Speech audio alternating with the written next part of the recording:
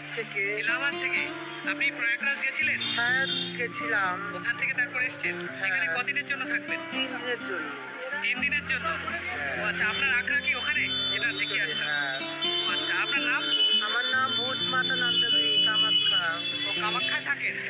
ও আচ্ছা, অসংখ্য ধন্যবাদ। আপনি যাচ্ছেন কি ঘাটের দিকে? ঘাটিটাই করতে। আচ্ছা আচ্ছা। আমরা এখন আছি হচ্ছে গিয়ে কল্যাণী স্টেশনে। তো এখান থেকেই আমরা কিন্তু যাব ত্রিবেণী কুম্ভ মেলায়। তো এখান থেকে টোটো ধরে যেতে হবে ত্রিবেণী কুম্ভ মেলায়। তো আমরা এখন কিন্তু টোটোয় উঠে পড়েছি, আর টোটো কিন্তু যাচ্ছি কিন্তু ওই মেলার মাঠের দিকে। তো এই দেখতে পাচ্ছ মেলার কিন্তু মেন গেট, আর এখানে কিন্তু পুলিশ তৎপরায়ণ কিন্তু সবসময় রয়েছে।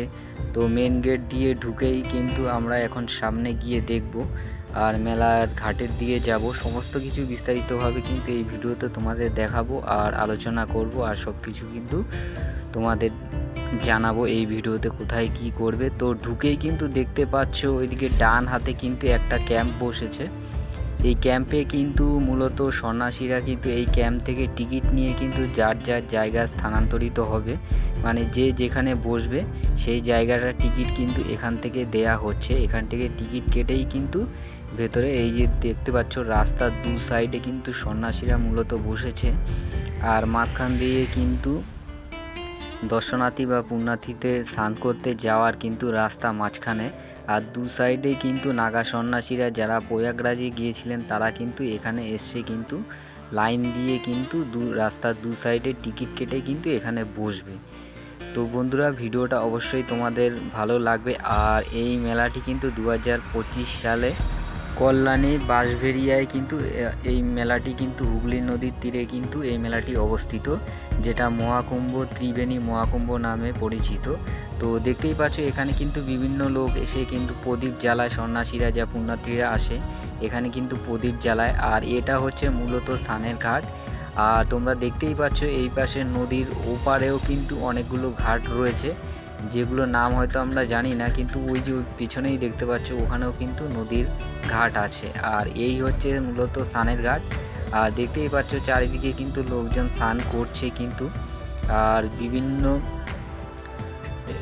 দেখতেই পাচ্ছ কত ভিড় আছে মোটামুটি। আর ওই দূরেই দেখতে পাচ্ছ কিন্তু প্রহরীরা টহল দিচ্ছে, যাতে কারো কোনো অসুবিধা বা বিপদ আপদ না ঘটে, তার জন্য কিন্তু এরা তৎপর কিন্তু সব সময় রয়েছে। আর এই র্যাকগুলো করা হয়েছে মূলত স্নান করে এসে জিনিসপত্র রাখার জন্য। আর দূরে যে ব্যারিকেডটা দেয়া আছে ওই ব্যারিকেডের বাইরে কিন্তু কেউ যেন না যায়, তার জন্যই কিন্তু ওখান দিয়ে ব্যারিকেডগুলো করা হয়েছে। আর এই র্যাকগুলোতে কিন্তু আপনার প্রয়োজনীয় জিনিসপত্র কিন্তু এখানে রাখার জন্য এই র্যাকগুলো করে দেওয়া হয়েছে।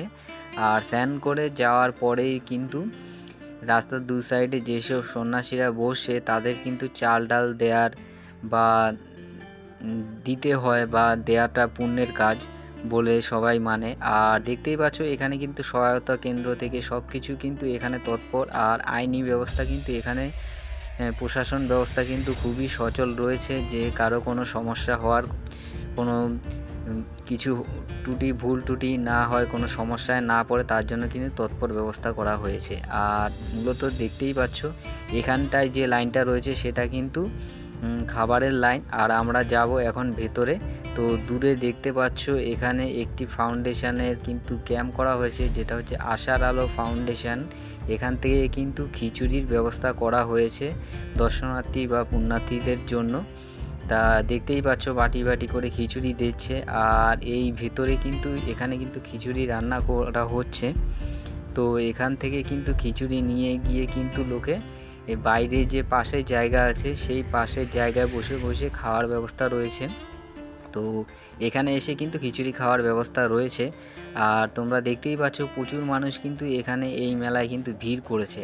আর এখানে কিন্তু প্রসাদের কিন্তু বিভিন্ন স্টল করা হয়েছে, যেসব স্টলগুলো থেকে কিন্তু সবাইকে পুণ্যার্থীদের খিচুড়ি প্রসাদ কিন্তু বিতরণ করা হয়। আর দেখতেই পাচ্ছ প্রচুর পরিমাণে খিচুড়ি কিন্তু রান্না করা হচ্ছে। আর এই যে দেখতে পাচ্ছ কড়াটি, এই কড়াটিতে প্রায় 100 কেজি চালের কিন্তু খিচুড়ি রান্না করা হয় একবারে।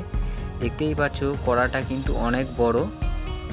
তো তোমরা দেখো এই মেলায় যারা আসবে তাদের জন্য কিন্তু খিচুড়ির ব্যবস্থা আছে সম্পূর্ণরূপে এখানে। আর মেলার ভেতরে কিন্তু রাস্তার দু সাইডে কিন্তু প্রচুর দোকান বসেছে, অসাধারণ সুন্দর লাগছে কিন্তু দোকানগুলো দেখতে। রাস্তার দু সাইডে কিন্তু এরকম দোকান দেখতে পারবে, খাবার দোকান বা বিভিন্ন সাজা দোকান বা বিভিন্ন ধরনের স্টল কিন্তু এখানে রাস্তার দু সাইডে দেখতেই পাবে। তো বন্ধুরা ভিডিওটা এই পর্যন্ত। যদি ভিডিওটি ভালো লাগে তো একটি লাইক, শেয়ার, কমেন্ট করবেন আর অবশ্যই জানাবেন যে ভিডিওটি কেমন লাগলো।